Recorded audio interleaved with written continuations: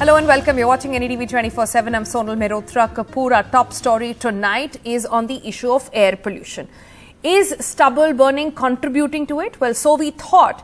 Some surveys that have been done so far on days talk about how much level and percentage of pollution is actually in the Delhi NCR air because of stubble burning. But when this issue was raised by the Supreme Court, Centre today seemed to do a U-turn altogether, said that farmers are being blamed needlessly, and according to them, the percentage of pollution, contribution to pollution from stubble burning is actually quite less. The same affidavit had some contradicting reports as well. Top court then came down heavy, saying enough hue and cry has been done about stubble burning. It is actually baseless. Also adding that cat's out of the bag now, don't blame the farmers. Words of the Supreme Court. Also, what the people looking at this matter today are saying is why exactly the U-turn on stubble burning right before elections in Punjab.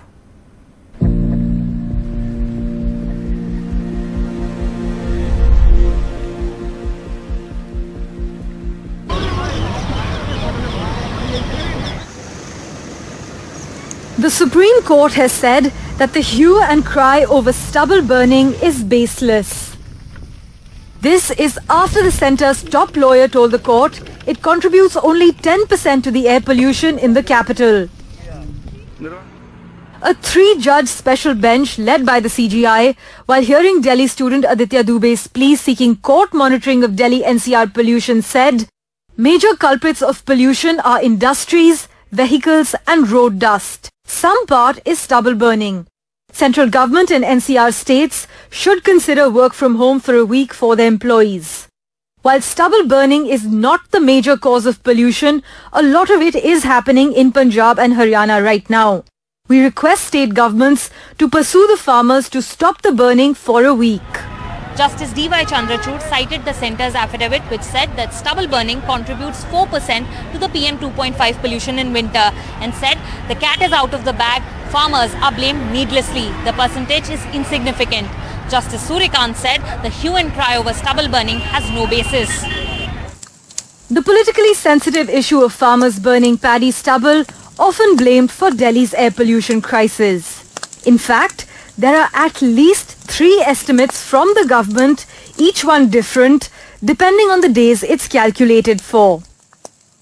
The Solicitor General says 10% for today from Safar, CAQM says 35 to 40% currently, while the centre's affidavit says 4% in winter and 7% in the summer. केंद्र सरकार को समझना होगा कि वो कौन सा आंकड़ा बता रही है और किस समय का आंकड़ा बता रही है। सबसे महत्वपूर्ण बात यह है कि वो आंकड़ा किस समय का है, क्योंकि किस समय अगर पराली जिस समय जल नहीं रही थी तो उस समय का आंकड़ा अलग है। The Supreme Court also pulled up the Delhi government, saying it was passing the buck to the municipality over vacuuming roads. The next hearing of the case will take place on Wednesday when all eyes will be on the action plan of the governments and whether it will get any easier for Delhiites to breathe. In New Delhi with Akshay Dongre and camera person Sudesh Kumar Ram, this is Sukirti Dwivedi for NDTV. The other top story today, big day for crypto community here in the country. This is the first official meeting that happened between a finance parliamentary panel and the crypto community. Now let's tell you what exactly happened in the meeting, starting with the significance. Like I said, first ever official interaction between government and crypto stakeholders in India. This is key because the winter session of Parliament is coming up and many are hoping that there will be crypto bill that will come in. Now, this also is significant because it comes right after the meeting that was held by the Prime Minister, chaired on this very matter. Last week, the Prime Minister had held consultations. Earlier, he had also asked for feedback from RBI, from Ministry of Finance, also Home Affairs. Today's meet seen as a first step towards regulation of cryptocurrency in India. So who all were part of this meeting? Well, cryptocurrency exchanges were there, Blockchain and Crypto Assets Council, CII, IIM, IIT experts as well, who was basically there to give a presentation and educate parliamentarians on what exactly is crypto, what exactly is blockchain. And then the all-important outcome, which has been quite positive for the industry. The panel came out saying crypto cannot be stopped and must be regulated. In fact, they've asked for a next meeting with the government officials as well to understand which way the government is going on this one. So that basically means all eyes are going to be on a possible legislation coming in on as crypto markets boom in India. And crypto industry at the moment batting for a regulation as well. But to give you a highlight perhaps or a brief sort of dip into what exactly has been India's crypto story so far and journey, it has been a love-hate relationship. It all started in 2018 when RBI first banned crypto. In 2020 Supreme Court allowed. In 2021 we now have the Prime Minister, Parliament panel all discussing crypto as we wait to see what happens next. And as we speak about crypto, even as political heat is soaring over allegations of corruption in Karnataka's cryptocurrency scam, with the BJP and Congress now trading charges, the police have publicly admitted that they were conned by a scamster and a hacker who is also an accused in this case. Karnataka's cryptocurrency scam have openly admitted that they were taken for a ride by the accused 26-year-old alleged hacker Sri Krishna Ramesh alias Shriki, who was arrested in November last year in a case of buying drugs from the darknet using bitcoins.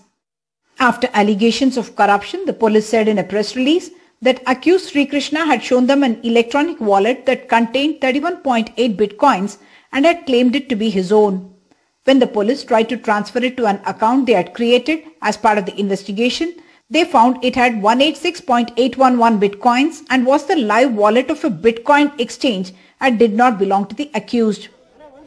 Investigators say no bitcoins were transferred from Shriki's wallet, but the Congress alleges thousands of bitcoins have disappeared and is attacking Chief Minister Basavaraj Bommai.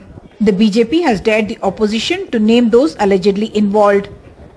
We want a transparent investigation from the central agencies and a sitting court, Supreme Court. I am challenging the Congress people, come on, tell the name, come on, tell the amount, how much Bitcoin transferred to any account, any state, any country, or in the Swarga or Narka, where? As of now, the Central Crime Branch is investigating the drug sale through the darknet, while the CBI and Enforcement Directorate are probing the crypto coin scam. Where did the bitcoins disappear has become the hot political question in Karnataka.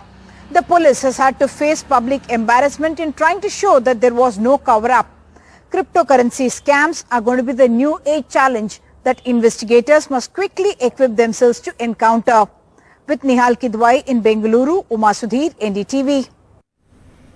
Indian Army has stepped up counter-insurgency operations against militant groups in the northeast. This is not directly linked to the death of the colonel and his wife and the soldiers with him that was reported earlier, but is being seen nonetheless as an important operation in the area. This is the south of Arunachal Pradesh.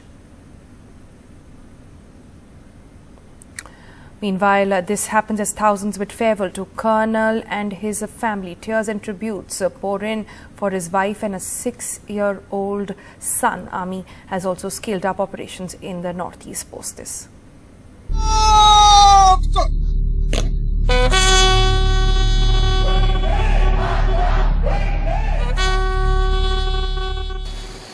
A special Air Force aircraft brought home to Raigad in Chhattisgarh the mortal remains of martyr Colonel Viplav Tripathi. The commanding officer of 46 Assam Rifles was killed along with his wife Anuja, 6-year-old son Abir and 4 other soldiers in an ambush by terrorists near the India-Myanmar border in Manipur on Saturday. Thousands gathered to pay homage to the brave son of the soil at Ramlila Maidan. The town was closed as a mark of respect. 41-year-old Colonel Viplav Tripathi's father, Supash Tripathi, is the owner-editor of a Hindi daily at Raigad. The parents had spent Diwali with their son and family at Manipur. वो बहुत ही विनम्र, अगर ऐसे सहज कोई उससे मिल ले तो वो विश्वास भी नहीं करेगा कि ये आर्मी का पर्सनल है या आर्मी में कर्नल है या मेजर है. इतना विनम्र व्यक्ति. Viplav was reportedly inspired by his freedom fighter grandfather to join the army. Viplav's younger brother Anay is also a lieutenant colonel in the army. With Somesh Patel in Raigad, Uma Sudhir, NDTV. 2 terrorists have been killed during an ongoing operation in Srinagar this evening. The police have confirmed the encounter between terrorists and security forces started at the Hyderabad bypass. Minutes after the shootout, police say 1 terrorist was killed. In a subsequent update, police tweeted that 1 more unidentified terrorist has been gunned down. Locals say several civilians were trapped after the gun battle erupted and anxious relatives worried about their safety as well. Meanwhile, switching our focus to Uttar Pradesh now, where Prime Minister Narendra Modi today, in fact not today, will be inaugurating the Adityanath government's Showpiece Purvanchal Expressway project from the state's Sultanpur district later. The Prime Minister will land on the expressway in the Indian Air Force C-130 aircraft and address a rally as well, and then witness the air show on the expressway landing strip. The inauguration comes months after the crucial state elections in India's most populous state. This is actually quite important. It is important because if an airfield or an airbase is bombed, and that's the first thing that happens when there is a war, you need to have alternate facilities to land your aircraft. For all these years, we never had highways which could actually take the weight of aircraft, but now we've got a couple of highways which actually work. So I remember being in one in Uttar Pradesh a few years back when they tested Mirage 2000 aircraft, and that's going to be very much the case here as well. The Prime Minister will be coming in a C-130 transport aircraft. He'll then be proceeding to a political gathering, is what we are told, before he comes back over here. There'll be several other aircraft which will also be flying. There'll be 1 aircraft which will be landing. There'll be a transport which will be coming in after that, and the aircraft, the fighter which landed, will be prepared for takeoff, and it's going to take off after that. So politics and defense all in once. Moving on now, journalists detained in Tripura got a bail today. 2 female journalists who had travelled from the national capital to cover the situation in Tripura were taken to court, where the court obviously said there was no need of detention in the first place.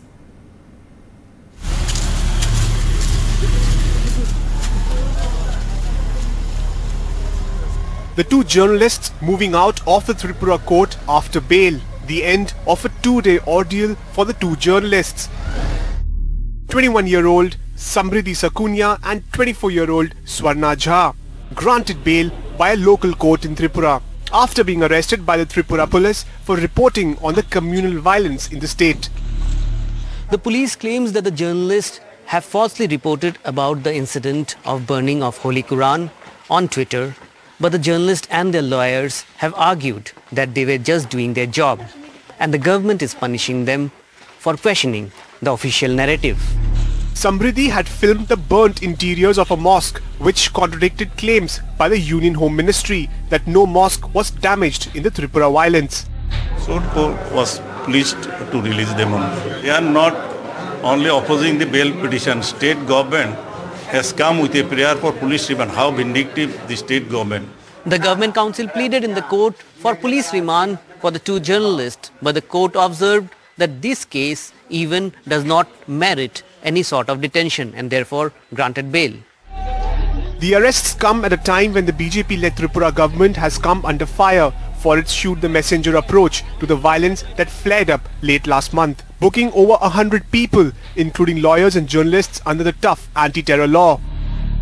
The Editors Guild in a statement yesterday demanded their immediate release and restoration of their freedom to travel.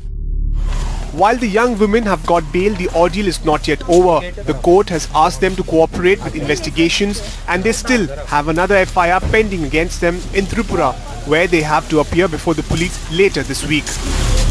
With camera person Sanjay Chakravarti and Ratnadeep Chaudhary in Tripura, Joshua Chin for NDTV. In a strange move that's likely to be challenged in the courts, a town planning committee of Ahmedabad Municipal Corporation has announced a controversial decision.